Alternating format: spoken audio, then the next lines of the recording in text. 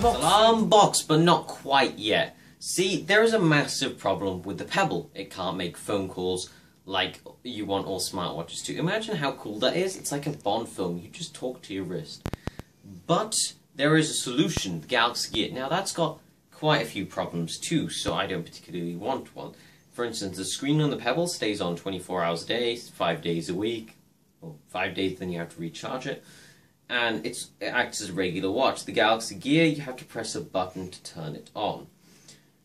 Now, with that being said, there are solutions. For instance, you could make phone calls on a Bluetooth headset, which is cool too. But then this small Chinese company invented the product that's in here. Without further ado, let's just get this unboxed. Oh, interesting packaging, well, interesting choice of packaging. They use packaging paper because it's obviously light, so that makes it cheaper to ship to foreign countries. And obviously the bubble wrap will protect it from any fall damage or anything like that. In the box you have the company name, so they're just telling you information. I'll actually put that here. Right, you got the information in. And the actual box itself. Let me just put this away. Yep, packaging paper, information both sides. Ready? Oh, I thought they'd present us with the watch. Never mind. They call it the uWatch, and then there's some Chinese writing, because this is from China. This is the user guide. They've got English and Chinese, and it gets kind of big. Let me just put this to the side. And here is, let me do this first. They provide an American charging plug, which is useful for people in the UK. Sarcasm. Hold on, let's just check what cable it charges using. Yeah, so micro USB, standard stuff. This is a universal plug. Pretty much most phones nowadays, excluding iPhones, most of them. And the watch itself. This is actually very good looking. I didn't even notice this. So you've got buttons on the side. I think this is a volume button. And that's something. And then there's two more buttons on this side. Oh wait, this is a screen protector on it. Yep. Just remove that. Well, that's a screen cover, not a protector. Foam padding in the inside. Kind of sturdy actually. And I think that would hold together quite well in shipping. They've even sellotaped this to stop the metal getting scratched. Quite thoughtful of them. That finished. Hello again, Salaam box. Or this time we're actually going on to the full review. So here's the product, the uWatch. And one of the biggest issues I have is I went to check the time when I had it on earlier, and unfortunately the screen isn't active backlit. I mean, doesn't stay on 24/7, and that's a shame because they really should have done that. Anyway, that aside, apparently it's an OLED display. I can't tell just by looking at it, but the viewing angles are good because, you know, watches, you need good viewing angles. Sometimes you've got them down here in comparison to your body, and you want to look at the time. Quick glance, it's there. The screen, it's a black and white, well, sort of a bluish and white display.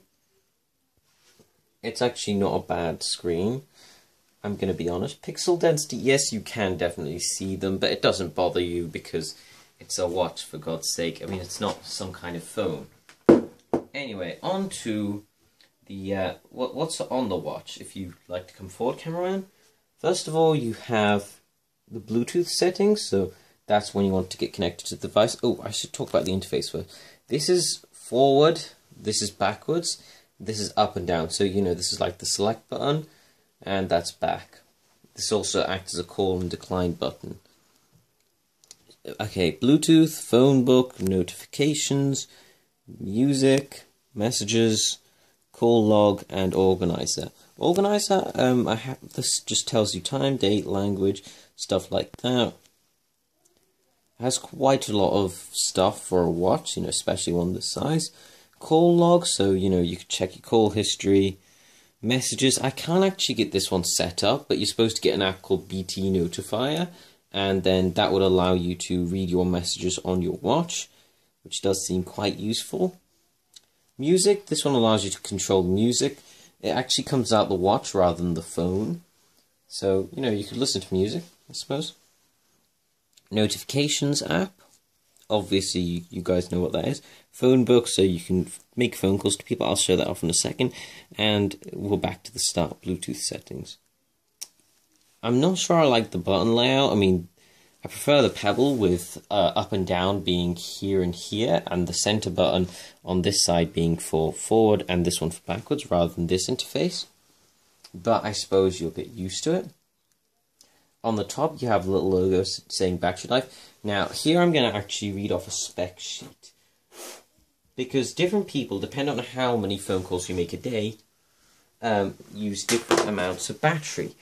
On the spec sheet, it says it's a 190 milliamp hour rechargeable battery. They do provide you a wall wart and a charging cable, as shown in the last video.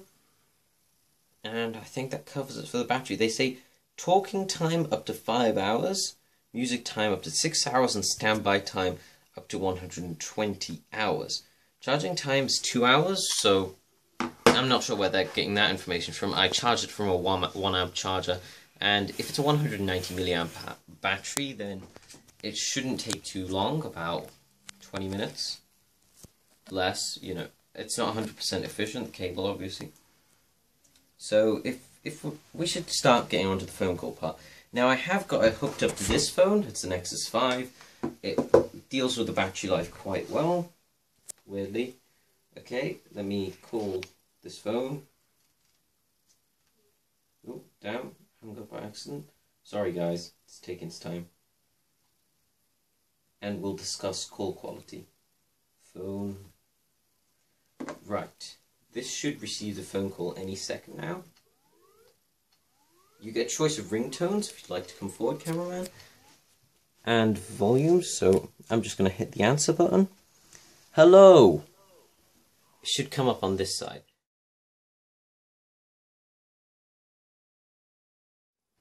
As you can see, there's the ability to answer. I'm just going to press it.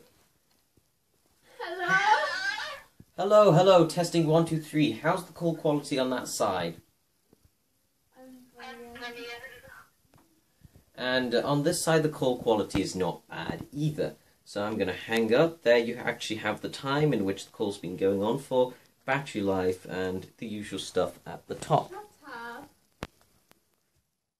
Okay guys, so you just got you just saw the call quality of this watch.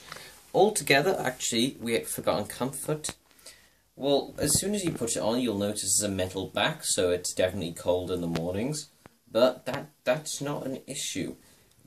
There is definitely a problem. It's that this band isn't very good quality. You can definitely notice it on your watch at all on your wrist at all times.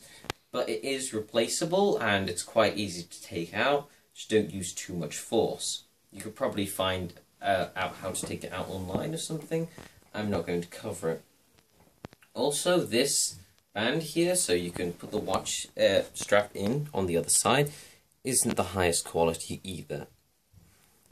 But it doesn't seem to be taking any damage of any kind. So that kind of wraps up the review. I like the watch. The price, you can buy it now for £36 on the internet. So definitely, yeah, you should get it. Is it worth spending twice the amount on a Pebble? Maybe so. Maybe you get better support from apps and stuff like that. You also get active notifications, but you don't get a speaker nor a microphone on the Pebble.